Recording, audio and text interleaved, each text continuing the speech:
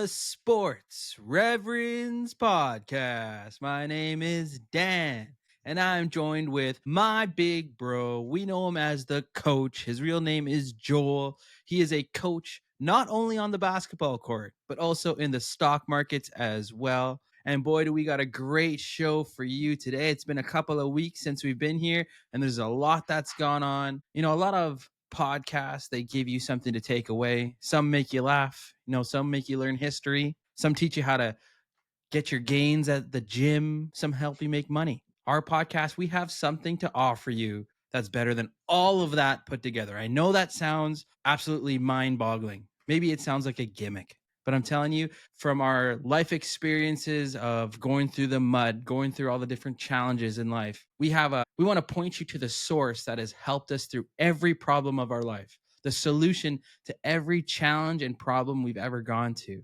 And that's our faith in Christ. That's what exactly has helped us out of the mud, helped us out of the storms. And we love talking about sports. You're going to get some high analysis sports takes here. You're also going to get how it's blended with how we have lived our life, lived our faith out, and how we've helped grown in our Christian walk. And we hope that it can help you as well. We hope that it can help you out of the storms and challenges, and hopefully have a little fun doing so. So, Coach, why don't you share a little bit about how you've been doing the last couple of weeks?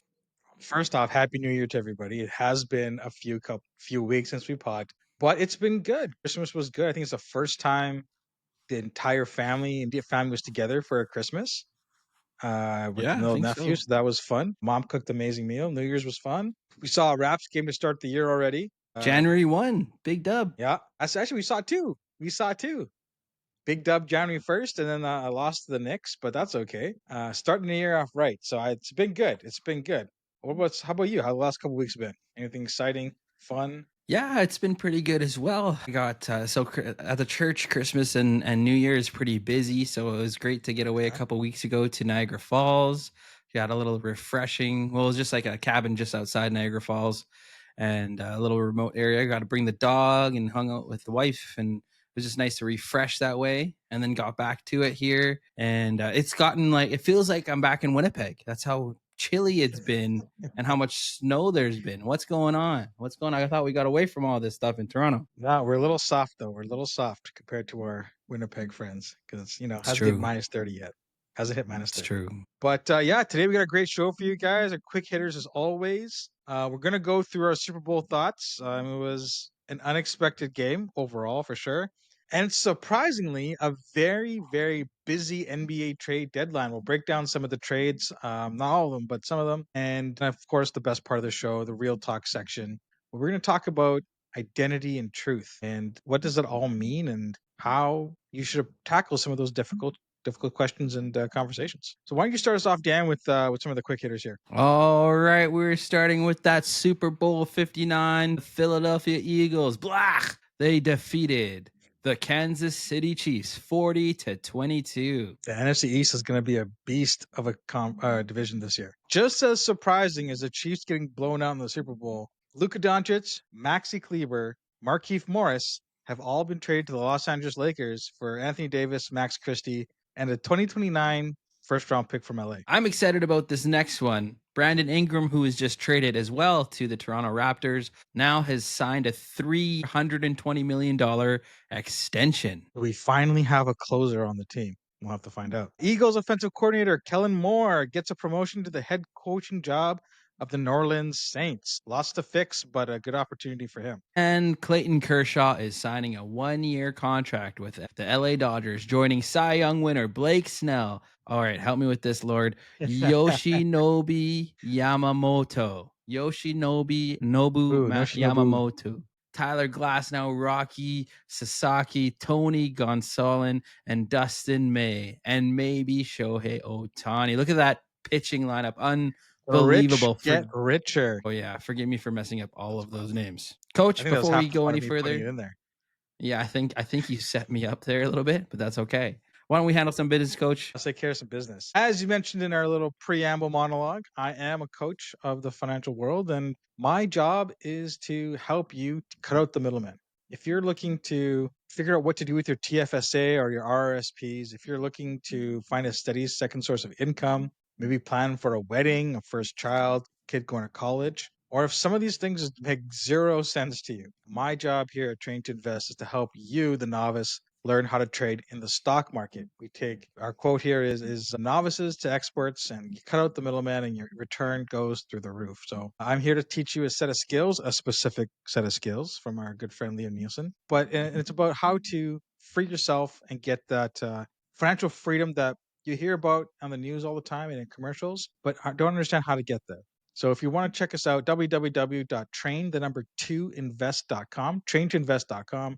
Download the free ebook, read it through, and shoot us a message. We'd love to connect with you and see if we're a right fit for what you do. And again, we're here to teach you a new set of skills so that you can teach your family and create generational wealth through time. But check us out, www.train2invest.com, and we look forward to chatting with you guys. Coach, I have a quick question. Now, tell me if this is true. I know Train to Invest, you get taught from the very roots of learning about the stock market and everything, right? Correct? Correct. I heard that I believe this might be the youngest person who went through the course was in grade 8. Is that true? That is true. So what we do here, just a quick diversion, is it doesn't matter where you come from, what your educational background is. And we've taught everybody from, grade 8s to people without even high school education, farmers, doctors, lawyers, across the gamut. And what we're teaching is a methodology for you to be successful and sustainably trading. And so that's not a black box. That's not some software that's telling you when to buy and what not to buy.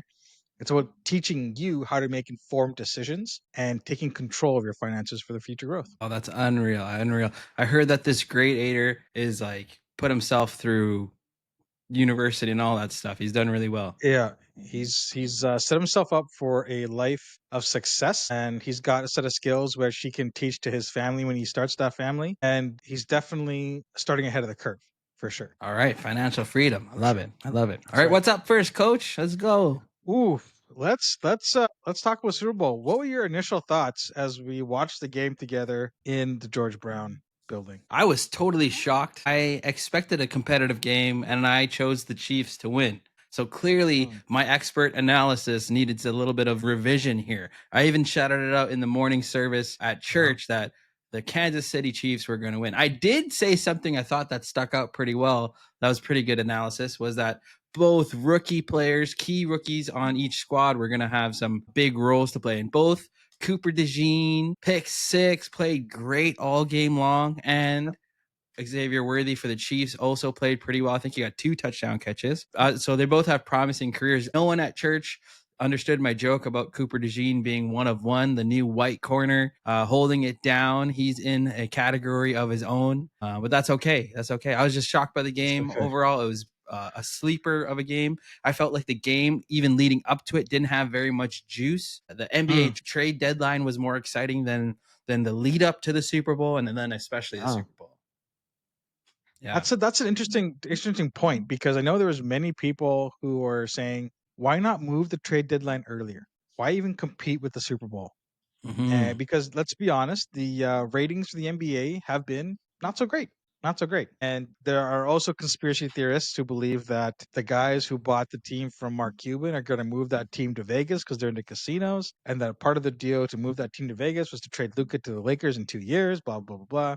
That's beside the point, but it did steal some of the steam going into that. I also think people were tired of the storyline of Taylor Swift. As much as, people appreciate her music, I think football fans were just tired of how many times she'd be shown on the screen. And I think on the broadcast, it was only one time. It was only one time. So I think there was a bunch of different themes that, like you said, stole the thunder from the Super Bowl. And for the game to be such a beatdown, because the score flatters the Chiefs. Yeah. It really does. Like big time. You take away the last maybe 5-10 minutes, and it's, full on stomping. And I don't think many people predicted that at all. I was hoping for a close game, and really didn't want the Chiefs to win. Not because I didn't like Mahomes, but because three-peat, blah, blah, dynasty. It's like, guys, he's won 2, which is hard enough. He won 3. Sorry, he's won 3, 2 back in a to row. back. Yeah. But we're talking about, he's still not where Brady is, right? The GOAT conversation isn't quite there for him yet. But still time. Come on, there's still time. Still time. Yeah, he's still young. Like he's a lot of time. Yeah. But this I think is just a question. Wait. Before I say, I'll say this: the most surprising thing in Philadelphia that day was the Philadelphia 76ers, Joel Embiid and Paul George actually played the game for the 76ers. It was just Yeah. mind-boggling. Apparently now Embiid needs a off-season surgery again on his knee. I think they might as well just do it right now. Just do it right now so he's ready for next year. So, hey, good things come in threes. So they had a Philly game with both of them playing. They got a Super Bowl. Maybe something. Maybe the mayor will learn how to spell Eagles Oh, and figure brutal. that out. Brutal. Yeah, that's funny. A question for you. Now, obviously, high hopes for Kansas City for even next year. But are they kind of falling into a trap where they need to kind of blow things up and rebuild, or do they just need to add a few more pieces and retool? I think absolutely retool. I got to add to the offensive line. Got to add to some of the spaces in their defense as well. But they do have Rashi Rice coming back. He was their number one receiver before he got injured. I think with him and Xavier Worthy, D Hopkins as your third guy, like I think they got and Hollywood Brown still. Like I think they have a pretty dynamic receiving core. Yeah, I think I don't know. I don't know what they're going to do. I think they do need a retool, obviously, but not blow it up. Don't blow it up. Yeah, I think we didn't see much of the run game because they were down so early, and you can't. I think it was at one point Philadelphia had the ball for 20 minutes, Kansas City had it for 10. Like you can't. That's the blueprint to beat Patrick Mahomes, keep him off the field. And so I think the defense was outstanding.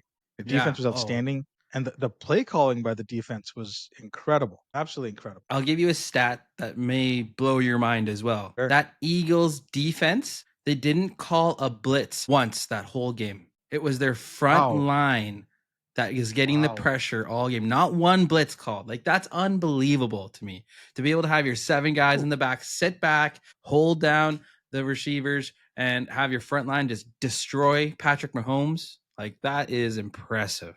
That is It impressive. won all three phases of the game for sure. And of Eh, course, I mean, you can sit back and Mahomes, what's he going to do? The guys are covered. Yeah, 100%. Every year, everyone comes up with this is the new blueprint of how to win the Super Bowl. Well, this is the new blueprint. You got to get a massive O line that's going to dominate. You got to get a massive D line that's going to be able to penetrate. You got to get the Heisman winning draft pick for your second best receiver, and then sign a guy who is twice as big and fast as him as your number one receiver in AJ Brown. And then oh yeah, you got to get the best running back in the league as well. That's the new blueprint, all right? You got to have Best, the best, the best.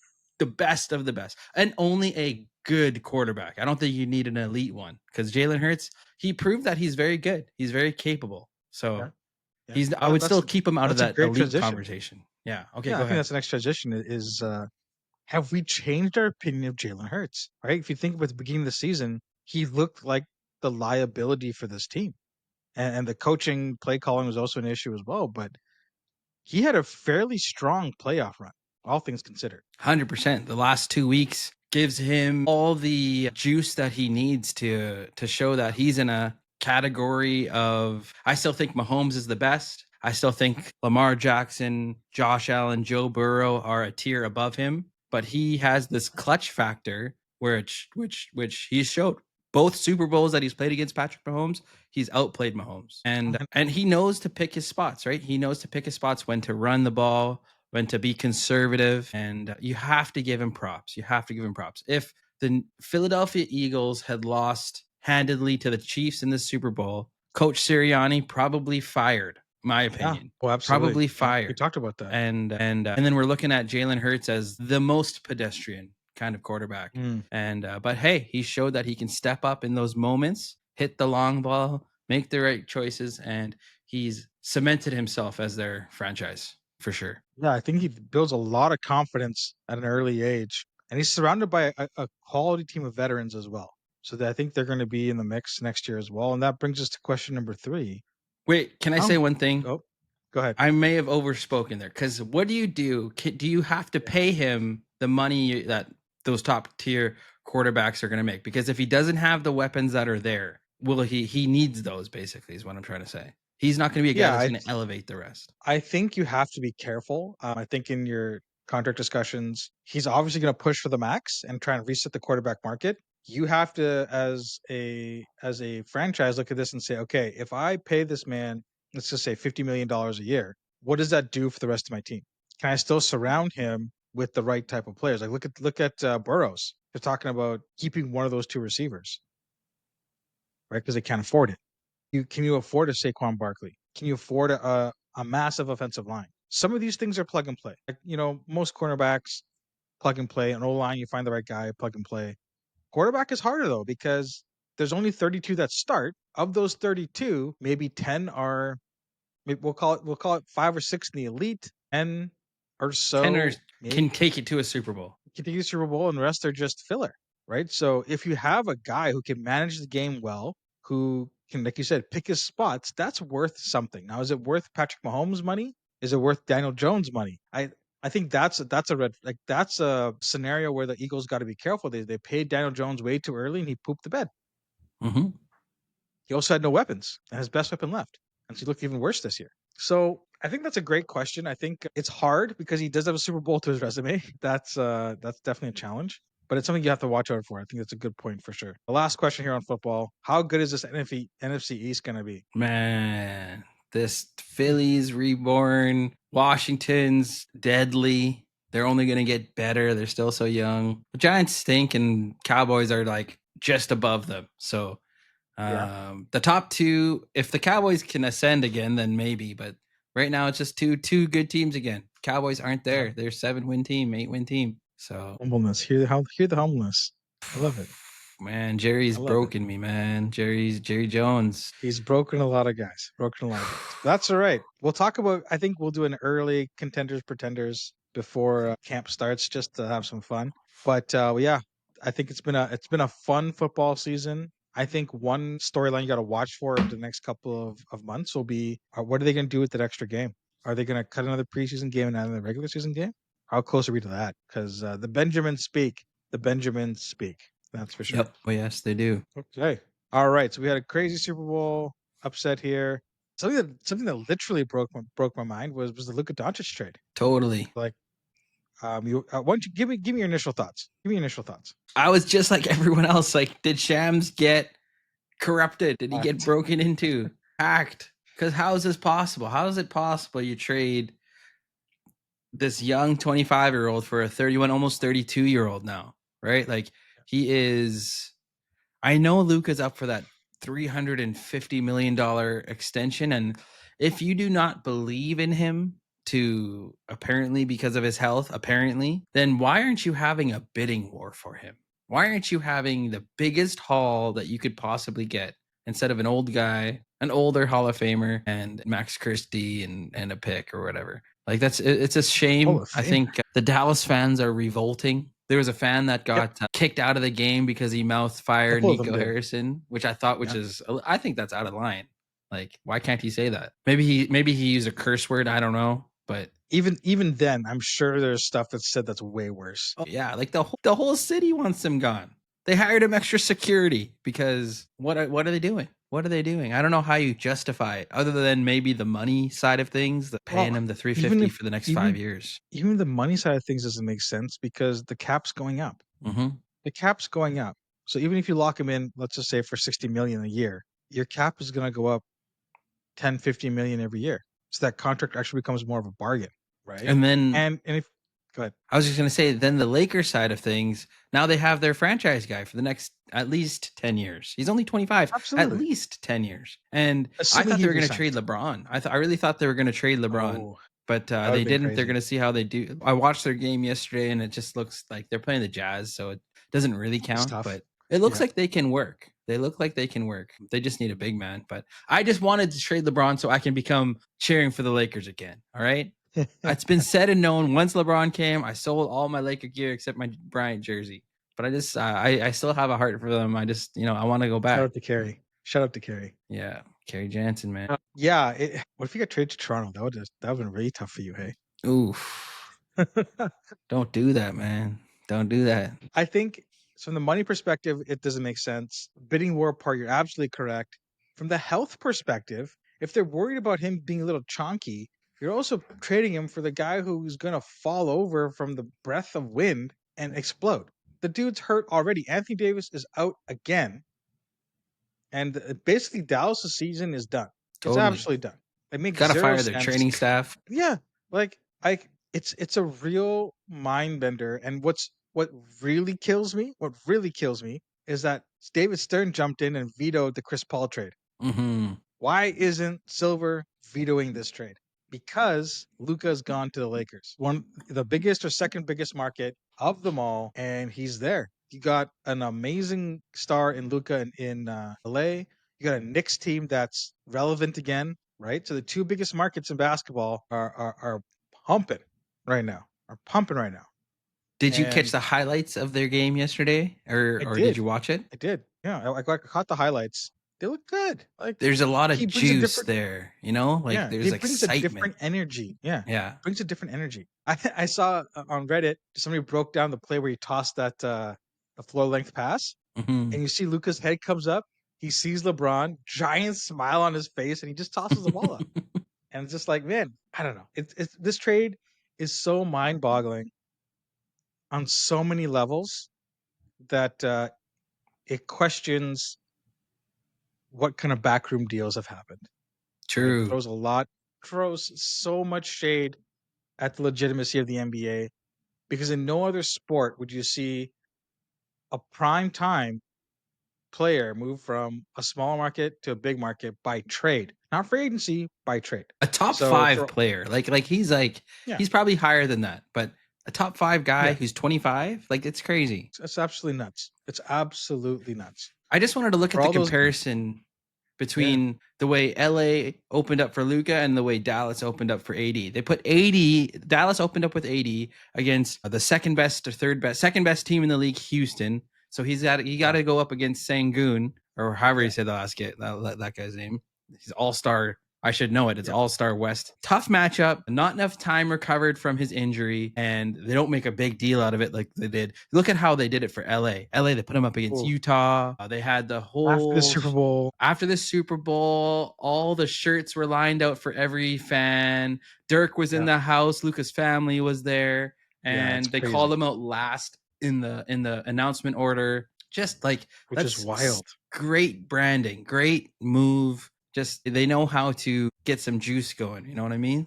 Two different Yeah, organizations, just wild. they gotta woo him. They gotta woo him over the next couple of months. And if they make a strong playoff run, watch out, watch out. Now they did. Well, let's talk about this trade. The Williams trade that they sent Connect over to Charlotte. Connecting That's a been first, right? rescinded. Yeah. Connecting a first, yeah, that's been rescinded. And they've signed Alex Len as a replacement right now, even Hmm. though Charlotte's trying to push back. It seems kind of weird because there was other, like JV was a candidate. He's in Sacramento now. There's a couple of the big guys who they could have gotten. Mo Bamba.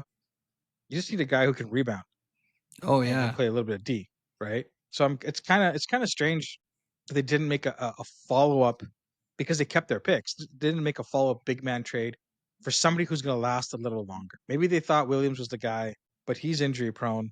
He's been Hmm. hurt. You don't want that. You need somebody honestly, JV would have been perfect for that team, So like, or what are even they gonna Pirtle. do when they verse? Yeah, Jakob was available. Like, what are they gonna do when they pick up when they line up against Denver? You know, They can't. LeBron's going to they're guard Jokic. Yeah, right. they're it's gonna be a tough go for when they play Yeah. the bigs. So even yeah, like it's gonna be tough for them. It's gonna be tough. But like I said, they're probably even already focusing. Like they could have a good run. Like if they matched Yeah. up against an OK, would they lose? Oh, OKC's on fire right now, but they haven't proved it in the playoffs. ooh, Hartenstein and Chet. that's interesting. Has Chet's has he come back yet? Fully healthy? I think he's I don't back. think so. But I he's think, not like or Shams made a tweet about him. yeah, like so he's not back. He's not full back in gear yet. Like Luca beat the Thunder last year, yeah, and so that's I don't yeah. know. And I mean, I don't know. I don't know. It's gonna be interesting. Let's talk about our newly acquired Raptor, Brennan Ingram. Yeah, shout out Bi. Welcome to the squad. They're playing right now. They're playing right now as we talk. I know. I know. And The only way this trade happens if he says he's gonna sign with Toronto. That's the only way yeah, this trade oh yeah. happens. So why don't you share your? I want to know. I Yeah, don't yeah. know your thoughts on Bi. Yeah, I Bi to kept it. Toronto. I haven't really talked a lot about it. I think uh, this is a classic case of buy low because he's been hurt for a while. New Orleans hasn't performed in the playoffs to what they expected to. Last year, they were kind of putting everything together, and then Zion blows out his leg. This year, they finally get everybody back together. DeJounte tears his ACL. Like, Mm. it was time for him to go. And the one thing that I will say that I read an article was that Ingram really embraced the city of New Orleans after his trade, and he was involved with the city. People loved him there as a person, and I hope he does that here because I think his skill set is exactly what I've been talking about since Kawhi left. We need a guy who can be a closer. Siakam is not that guy. Scotty right now is not that guy who can get you a bucket with a variety of moves against different types of defenders, right? And I think Masai played this really well. He gave up quite a bit, I feel, a first and a second, plus Bruce Brown and Kelly Olynyk. The draft picks, yeah, I think was a lot. It's about the first to me. Yeah, that first is a lot. Yeah, the first is tough, but again, aside from a few locks in the draft, a lottery pick isn't guaranteeing you anything. Brandon Ingram is a known commodity. He's long. He fits that Raptors length and height kind of profile. I think once he's healthy, maybe not like this year he might do something, but next year for sure, this Raptors team with Quickly, RJ, and Bi, oof. You toss in some solid role players with Dick developing Jacoby and Walker, he's played and well. Jacoby Walker, yeah, Rookie. yeah. Shed played So well. yeah, like they've got some really good pieces, and you expect Scotty to take another step forward, and he has to if he wants to be the man. He has to. And this team, it could be a real dangerous team, Yeah. a real Oh dangerous yeah. team. So I think Masai did an excellent job getting a player who is a bit injury prone but can hoop and put a ball in and put the ball in the bucket. And I think that's going to help bring the best out of RJ as well. Give Oh him a yeah. little bit more breathing room, right? And yeah, I'm excited. I'm excited. I really am. People, I'm with you pretty much 100% on everything you said. There's the argument from many people, from big names like in Toronto, like Sid Sixero and a bunch of guys that are saying Brandon Ingram's going to be the next Rudy Gay, the next just we're trying to Masai needs to, it was trying to what do you say? He's trying to fast forward this rebuild too quickly. Yeah, yeah. And this was a desperate move. And there's a lot of hate out here for this move. And I don't get that. I don't get that. I like this move quite a bit as well. And I think they're absolutely long. They're deadly with a bench. With if he can get his health in order, which I think Toronto has one of the better medical programs and training programs. We have a sports science guy. Like there's they're innovative is what I'm trying to say. So I think the outlook is finally exciting again for the next. Yes, there's hope. At least there's hope. There's hope again. Yeah. Yeah. And I think Masai understands that you had to accelerate the build a little bit. Yeah. Scotty has come along too far to slow roll this. Grady Dick has come along much better than many anticipated already. Great surprise for the year. Big surprise. Like, I mean, look, his defense isn't the greatest. He's not a lockdown defender. He does get lost a little bit, but the effort's there. Yeah. The strides from year 1 to year 2 are huge for him. And I think when you sign quickly to that big deal and you have RJ on a big contract, you gotta go for something, right? Because you look at the East, Cleveland's good. Boston might have to blow that team up due to luxury reasons. Philadelphia sucks. Miami just blew everything up. We even talked about Miami. We'll wrap up with the trade talk with this quickly. And there's opportunity for them to move. And we got So a running out top of 5 time pick here. Probably coming, most likely, Which is going to be great. Yeah, so 2025, not super concerned, but if the balls land right and we get Cooper Flag, oh my goodness, be it's a big crazy. if. I know, Even if we get top 3, I'll be stoked. insane. Yeah, Stoked. I think so. But knowing Masai, he might flip it for something and just who knows? The last trade we're going to talk about, we didn't even get to the De'Aaron Fox trade, but we'll talk about Golden State trading Wiggins, Kyle Anderson, PJ Tucker, and getting back Jimmy. What does this? Give me your impressions of. Does this do anything for Golden State? Really? Not this year. I think they're too injured still this year. Like what's his name is hurt. There's supposed to be a starting 2 guard over Buddy Hield. What's his name? I'm pulling it up right now. Thank you. Anyways, I'll let you pull that up. I don't think it does enough for them this year. They don't have a good big. Draymond Green is not reliable anymore as a big man stopper. They Kuminga. Talking about Gary Payton? Kuminga. Yeah, okay, sorry. That's shooting for it, but that's fine. Yeah, Kuminga's hurt. and they got Przemski. But so I think they do have pieces, but they're all in. This is them saying they're all in for the Warriors to go to make a push. I think they will probably get into the playoffs this year. Probably be a first round exit, unless maybe Sitting 10th right second now. round. Second round, I could see them maybe getting in there. That's their peak in my opinion. But I could see them making a push with Jimmy Butler if Jimmy Butler stays healthy. But I think they need to retool once again for next year, as that will be the final push.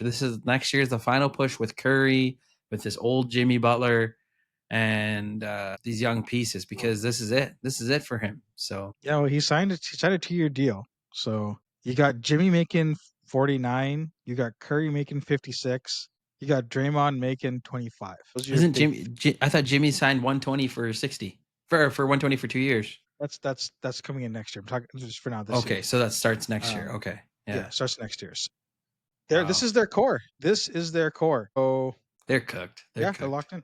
I think honestly, I think letting Klay Thompson go was the right idea. Buddy Yeah. Hield just hasn't done what he's needed to do, and and you're right, they don't have a big. They don't have that, like Kevin Looney or Kevon Looney just hasn't given them the production that they need, and they haven't replaced it. Right? They need neither. And again, this could come down to, is Steve Kerr a good coach or not? It's Questions tough. about that. That's tough. But we'll have to wait and see. Jimmy got moved, didn't get moved to Phoenix. Lots of basketball talk we could have talked about, but let's wrap Can it you up just there. say your one line about the wildness of the AD Luka trade compared to the De'Aaron Fox trade? You said one thing in our preamble. Oh, yeah. Okay. That's a So what that's a way blows to my end it. mind Yeah. here is Sacramento got more trade fodder for DeAndre Fox in terms of picks and haul than Dallas did for Luca. Okay. This is what they got. Okay. Real quickly here. They got Zach LaVine, Sisowski, a 25 first rounder, top 14 protected from Charlotte, 2027 first rounder from San Antonio, a 2031 first rounder from Minneapolis, 2025 second rounder from Chicago, 2028 second rounder from Denver. It's insane. That's That insane. It's just all insane. Luca got was AD and some throw-ins. I'm just blown away. I'm blown away. Doesn't make I don't sense, know. man. Yeah. But Doesn't hey, make sense. Rudy watch out. Gobert got San- 5 first rounders. So yeah, Rudy come on. Gobert. What's going on? Look, What's going on here? the Wemby effect is real, baby. The Wemby effect is real. It's Watch wild. out. Watch out. All right. All right. Let's close out today with our favorite part of the show, some real talk. Some real talk. And in our preamble, we kind of talked about, a bunch of different things. And obviously with President Trump coming in, it's a polarizing effect on a lot of media outlets and a lot of people, but the majority of you Americans wanted him in there. And then that comes into what we're talking about in terms of what is your identity as a Christian, right? What are the labels that you internally put on yourself? I'm a Democrat, I'm a Christian, I'm an Indian, I'm Malaysian, whatever the case may be. You have all these labels, and I think what we want to start off with is growing up. You and I had a way different understanding of student athlete than this is the world today. When you and I were growing up, and partly due to mom and dad, but the student Coach part came Carter. first. Yeah, but like, yeah, okay, and Coach Carter, things like that. The student part came first, right? And the way I coach basketball, when I coach kids who are in high school and university, you got to put your studies first. And if you're not organized, and if you're trying to cram for the test the next day, but say, hey, coach, I got to miss practice, well, you're gonna miss a game because you're a student athlete. The student part comes first, and that's your identity in terms of the basketball team. You're not the starting forward. You're not the bench player, blah, blah, blah. No, you're a student on this team, first and foremost. Nowadays, you have AAU circuits. You have, kids playing hockey all year round, going to special skate camps, baseball players doing all sorts of special things. And parents have seemed to have forgotten that the kids are supposed to be students first. You got to prep your kid to be able to speak English well, be able to converse well, be able to write well, to test well, to problem solve. All these things which are, I think, added onto through sport, but have to be taught in the classroom first. What do you think? You deal with a lot of young guys. We saw a lot of young guys come out for the Super Bowl party. What are your thoughts on this piece? With a parent culture, they Mm. believe that their kid is going to be the next LeBron James, the next Shohei Ohtani. They all believe that their kid is going to go to the place where they couldn't go themselves and get them out of the mud because they're going to be superstar athletes. So they should get superstar treatments. And it's developing, a lot of that has to do with, half the kids that you mentioned, more than half, 90% of the kids that you mentioned that were at Super Bowl party, well, they don't have a father figure in their life. And they're the ones that are, and unfortunately, they're having this teaching, the way they grew up as this is their way out. This is the only way Mindset. out. It's a mindset. And with all that being said, whatever way you vote politically, whatever way you identify in your culture, your skin color, if you're a Malaysian Canadian like myself, or a Canadian Malaysian, whatever you want to call it, whatever you identify as, what has really irked me is there is no desire for putting as, I am a Christian first, I am a Christian Canadian, I'm a Christian athlete, I am a Christian professor, whatever it is, that needs to come first. And what's developed in a culture, to me, it seems, is that that's just a title. It's not who you are. The weakness in our Canadian Christian culture is just rampant. It's like, it's just a thing you say. Yeah, maybe I go to church a little bit here. Maybe I'll do some devotionals here and there, but there's no passion behind it. It's not the most important thing in your life. You don't treasure Jesus above all things else. That's one thing I've been on this year, is treasuring. I've been encouraging our congregation to treasure God above everything else, because the rest of the stuff, when you really look at it, it's small. It's so small. You could be a CEO of a great company, and you believe in all the titles that go behind your name. But when you think about it, that is the platform you have as a Christian to glorify the name of God. That's the platform given. Now, that's the most important part. Not that the fact that you're a CEO of this billion-dollar company. No, the platform you have. We see it at the Super Bowl. How many of those guys are so like out front and upfront about their faith now? That's the most important thing. Both teams, they had so many guys standing up for what they believe in openly, because it's gone to a point where Christianity, for most people, has become such a lukewarm thing, a title thing, when it should be the most important thing. Yeah, absolutely right. And I think, for the kind of theme that you've been talking about in your messaging on Sundays has been, Christ has got to filter through everything, right? It's got to be, you can't just say, okay, between 10 and 11:30 Sunday mornings, I'm a Christian. It's like, no, that's not, you can't compartmentalize God, right? You can't just put him in a box and say, okay, here, I'm okay with you here, not okay with you here. It's in what you watch, what you intake through social media, what you talk about with your friends. And okay, no one's perfect, right? We all sin, right? But it's the intentionality of what you're doing, right? Like, for example, if your Instagram is filled with half naked women dancing around or whatever, there's a really convenient feature where you can reset your algorithm. Take away that temptation, get rid of stuff. Like, there's things you can do to eliminate hurdles that you've been involved with, right? If you're saying this is what I want to live and this is, what I want to believe in, like, people who see this podcast are know that we're Christians, right? The sports reverends, like, that's Christ based there, even though you're the only reverend right now. That comes with like how I represent God in my everyday life. If I'm at work cussing, putting people down, being all high and mighty, how can I talk to people about, hey, I've got this really cool sports podcast where we talk about faith and sports? They're gonna look at me and be like, bro, but you are just like me. Well, what makes you so different? I have to let God permeate every single part of my life, even when I don't want him to. And that's That it means, right there. What you yeah, just said is that nails it on the head, right?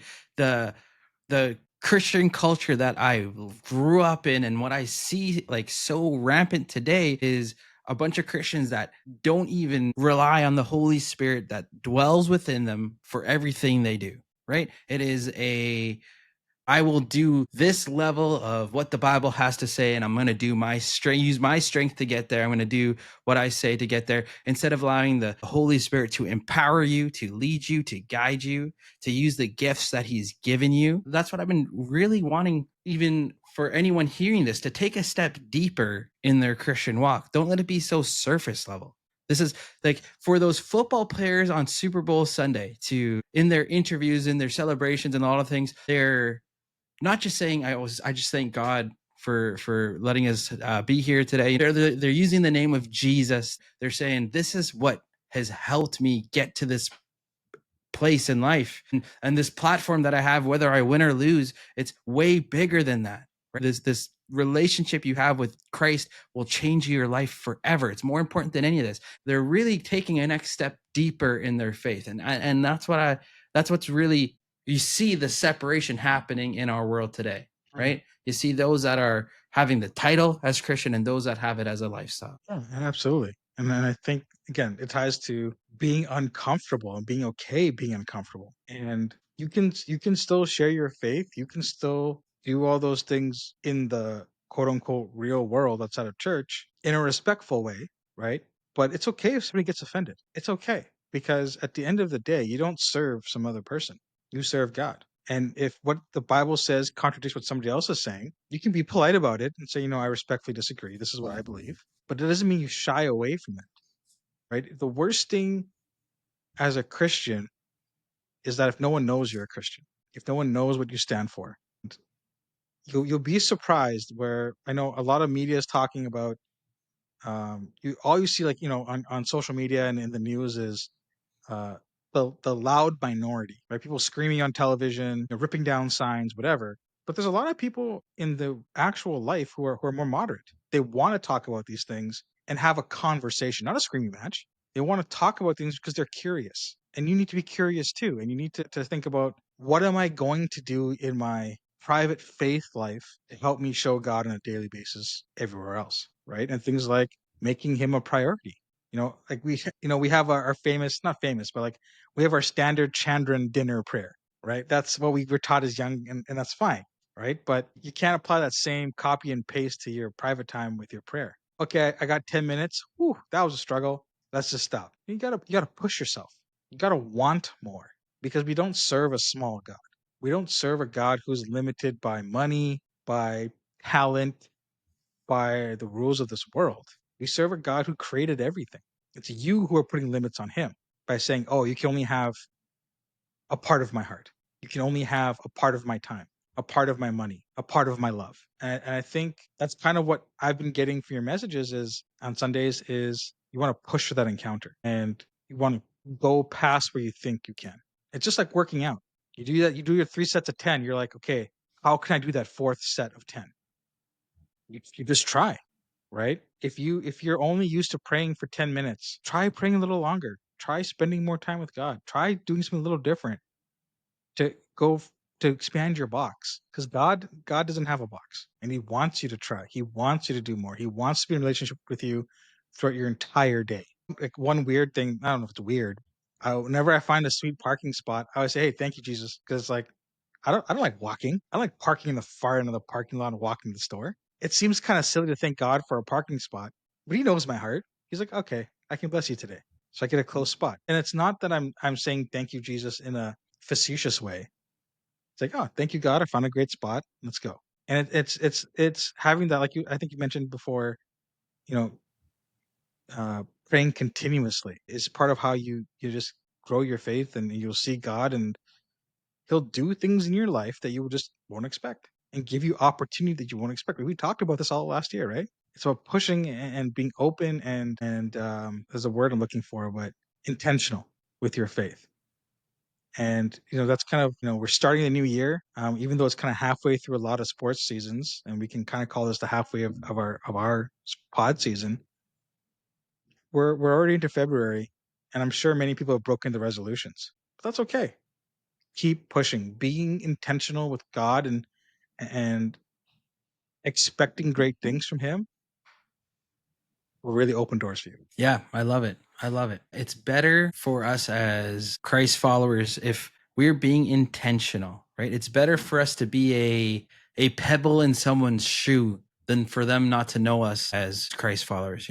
It's better for us to be upfront and truthful, because that's the most important thing. Right? That's the most important thing that we need to be doing as Christians. And that's the heartbeat I got. I loved seeing all these Super Bowl players stepping up that way. These guys most of them are younger than us. They're young guys.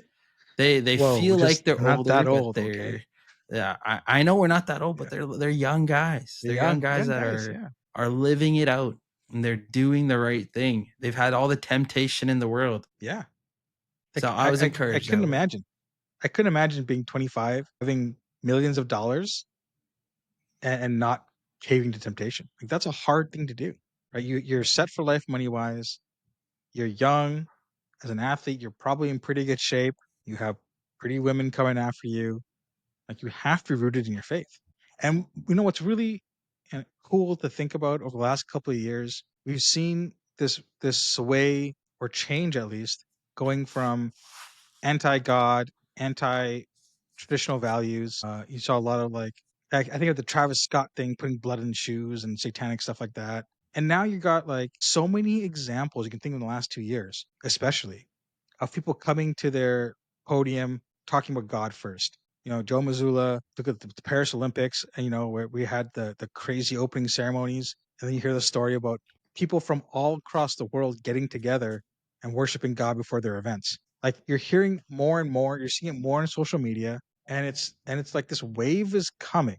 This wave is coming, and when you start seeing it in people in who people would consider role models, it's because there's a foundation of that's being built. It's not just happening at the top; it's coming up from the ground, and we want to support that. We want to support that in our children. We want to support that with our youths, with our peer groups, and all it takes is for you just to step out in faith, because there's probably people who think the same as you who are afraid to do so. All it takes is one, right? Like 5 loaves and 2 fish, and Jesus fed a bunch of people, right? That's Jesus. But that doesn't mean you can't do the same. All it takes is stepping out in faith and saying one thing, like, I don't want to do this because I don't believe in this. Or, hey, you know what? Let me pray for you. People who don't necessarily believe in God will appreciate that, even if they don't believe in God themselves, because they're saying, hey, this person cares about me. This person believes this way and they want to share that with me, and they're not pushing, uh, fire and brimstone. They're caring about me as a person. And so I challenge you guys to think about that. Is like where can you affect change as a Christian, and see where that takes you, and see what kind of conversations that starts. I love it. I love it. How we want to close here, Coach? Yeah, I think I'll say one thing quick here. I play with a bunch of, I call them, if you've ever watched the TV show Recess back in the day, the cartoon, there's a group of kids called the Inside Kids. All right. I got these gamers that I'm playing with. I call them the Inside Kids because I feel like they don't go in the sun very much. What's been pretty cool is that some of them now, just being friends with them, just showing like who I'm about. Like I'm not pushing the gospel on them or anything like that, but they're interested in the gospel now. We got 2 guys that are watching the stream regularly. They're inviting their friends to do that, and it's even extending into their families. And that's not me doing anything. So when you have people that you're supposed to talk to, that's what I'm saying, is that it is empowered by the Holy Spirit within you to do that, right? It's not you. I am one of the best examples of being inadequate, being not good enough for the role that I'm in. But God placed me there, so I'm going to be faithful, allow him to use me in whatever way he wants. And thankfully, we're seeing change happen. We're seeing people come to know his name. We're seeing a bunch of young kids in the inner city come to know Jesus as King. And that's my testimony. So I want to encourage you. It's not about your ability or your strength. You allow the Holy Spirit in you to lead you, guide you. That's the message of all these Super Bowl players, right? It's amazing. Coach, I think you're muted. I don't think we can close it any better than that. Love God, love others, be bold, and use this podcast. Yeah, we talk about sports. Like us on Instagram, share us on X and on Facebook, and your Apple Music and Spotify. Because yeah, we love talking about sports, but we also love sharing about God, and that's the most important thing. So have a blessed week, and we look forward to chatting with you guys next week. Peace Peace, bro. out, world.